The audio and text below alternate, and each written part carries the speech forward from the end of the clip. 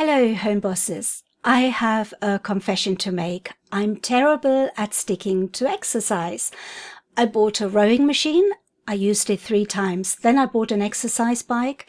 And I do use it more than the rowing machine, but let's be honest, it's dangerously close to becoming a clothes horse. It's really good for hanging my coat on when I come in from the garden. But here's the thing, I really admire people who work out consistently. I look at them and think, how do they stay motivated? How do they show up even when they don't feel like it? And then it hit me. Publishing books is exactly the same.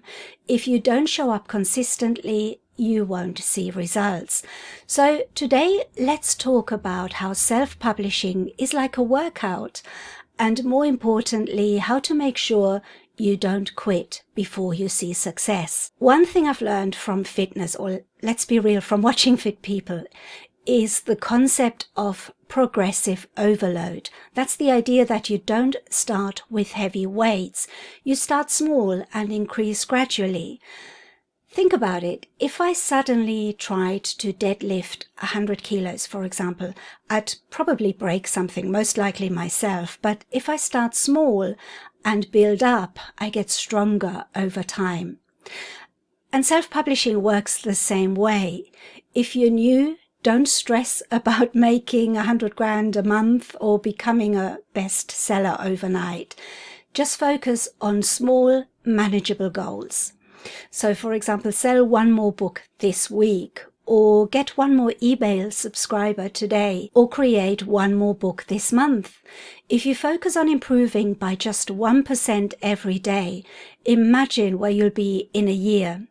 The problem is most people quit too early because they don't see instant results. But that's not how growth works. So here's the second lesson I learned from fitness. Again, mostly from watching other people exercise. The people who succeed don't focus on the outcome. They fall in love with the process. If you go to the gym once, you won't see results. If you go every day for a year, you'll be unrecognizable.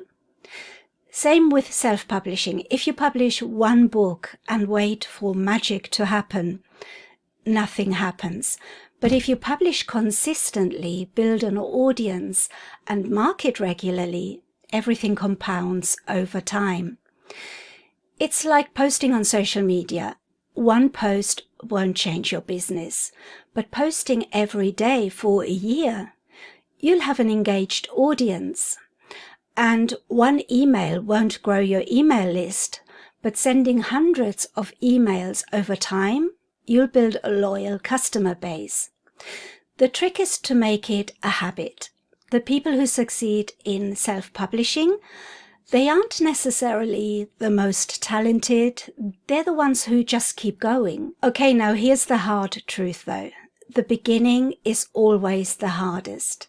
When you start working out, it's painful. You don't see the results. I should know. Your muscles ache. When you start publishing, nobody knows who you are. Your books barely get any traction. And this is where most people quit. But here's the thing. Your first book might not sell much, but by book 5 or 10, you've built a system. Your first YouTube video might not get 10 views, but after 100 videos, people start finding you.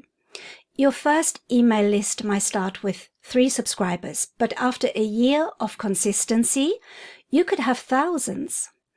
The beginning is brutal, but once you push through that first year, it gets easier. And this is why personal trainers say progress isn't linear. You don't see improvement every single day, but over time you transform. The same with self-publishing. One of the reasons I struggle with exercise is because I haven't quite found the right motivation yet. But when I look at people who stick to it, they all have something that keeps them going. Some people track their progress. Some have a workout buddy. Some are just really disciplined. And self-publishing is the same. You need to find what keeps you motivated. Maybe it's tracking your sales, like some fitness people track their macros. I don't even know what macros are, but I think it's something they track. But maybe joining a self-publishing community so you're not doing it alone. Maybe it's seeing those small wins add up over time. For me, one of the biggest motivators is looking back and seeing how much I've grown, because I was once completely clueless about publishing when I first started. And now I help thousands of people do the same. You just need to find what keeps you going. So if you're feeling stuck right now, here's what I want you to remember.